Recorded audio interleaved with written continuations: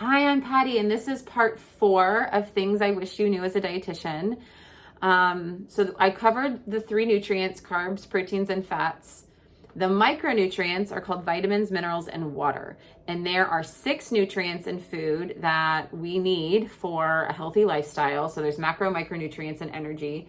The micronutrients, vitamins, minerals, and water, they differ than carbs, proteins, and fats, where these 3 things, they don't carry energy, meaning there's no calories per gram or milligram in a vitamin, mineral, or water. However, you need them for digestion, for metabolism, for energy processes and pathways. You need those vital vitamins and minerals and water to sustain health in an optimal way. So for instance, you have vitamins. Vitamins have water soluble, fat soluble. So the fat soluble vitamins are vitamin A, D, E, and K, and there's scientific nomenclature for them. There's water soluble are typically vitamin B, and there's multiple in the vitamin B complex chain, and then vitamin C. And all these vitamins, A, B, C, D, E, and K, are organic in nature, meaning they contain carbon, and they can change shape. They're in different forms. For instance, the chemical structures are in different forms when it comes to how the body uses them. And then first and foremost, how they're in food. They also can be in different shapes when it comes to supplements. And so the supplement or the wellness industry is $1 trillion industry. You can, in a capitalistic society that has capitalistic ventures and you have shareholders, you can make a product, a supplement, and you can sell it and you can make a huge profit from it. And then especially if you have investors in different things who are wanting to see you turn a profit, it becomes a marketing game. How can we understand our customers, understand their pain points, make a product, market it to them so they think they need it, and have continuing purchasing and customers? So there's so many different supplement companies out there.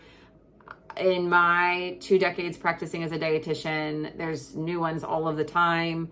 And then how you get them now, you can buy them from a third party like Amazon, or you can legit go to a third party like a retail store and buy it from them.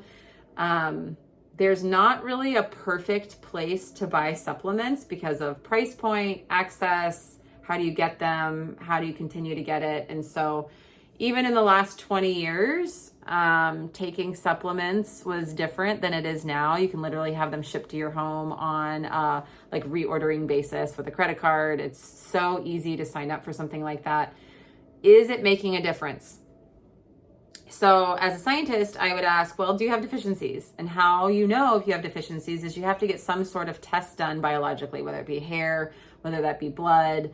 There's so many different ways, but I would absolutely recommend that you get deficiencies tested by a medical practitioner that has a license.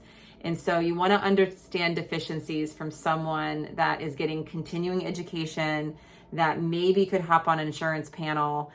I'm not saying that people can't outside of that, but I would question and I would be a little skeptical of how they're doing it, how they're asking for reimbursement for it, meaning are you paying a lot of money? What does the test look like? I would want to understand the science of how they're doing that. Not because I think science is infallible or, it's the truth in all things. I definitely think there is a little bit of magic outside of science, or miracles, if you will. So I'm not against looking into things outside of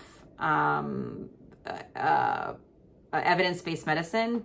However, because we live in a capitalistic society that is in $1 trillion industry with a health and wellness, I would just be really skeptical that if it doesn't have any evidence, I wouldn't want to be using it personally. So when I practice with my patients, I'm very firm in evidence-based medicine as I'm practicing with the public.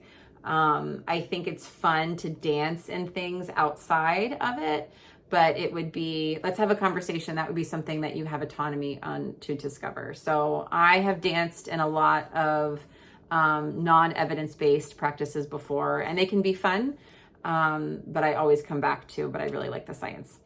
So when it comes to supplements, a lot of it can be placebo too. If you feel better, and if that subjective feeling allows you to feel better, and then you see markers of less inflammation, less bloating, better digestion, weight changes, and that helps with your confidence and motivation, then absolutely I want you to continue the supplement if it can meet all these things. Is that supplement going to work for everybody else? Maybe, but maybe not. And so you want to try to understand what works for you. And this is a great sales and coaching piece, isn't going to work for everybody else. And in the land of social media, a testimony and someone sharing a really emotional testimony on a product that's worked for them absolutely is going to pull on your heartstrings if you have a pain point. And so what I wish dietitians, what I wish you would know as a dietitian is vitamin and minerals. You don't necessarily need a supplement unless there's a deficiency. However, I would also want to look at your dietary intake. And if you're not getting all of the nutrition that you need, you could probably benefit from an evidence-based supplement.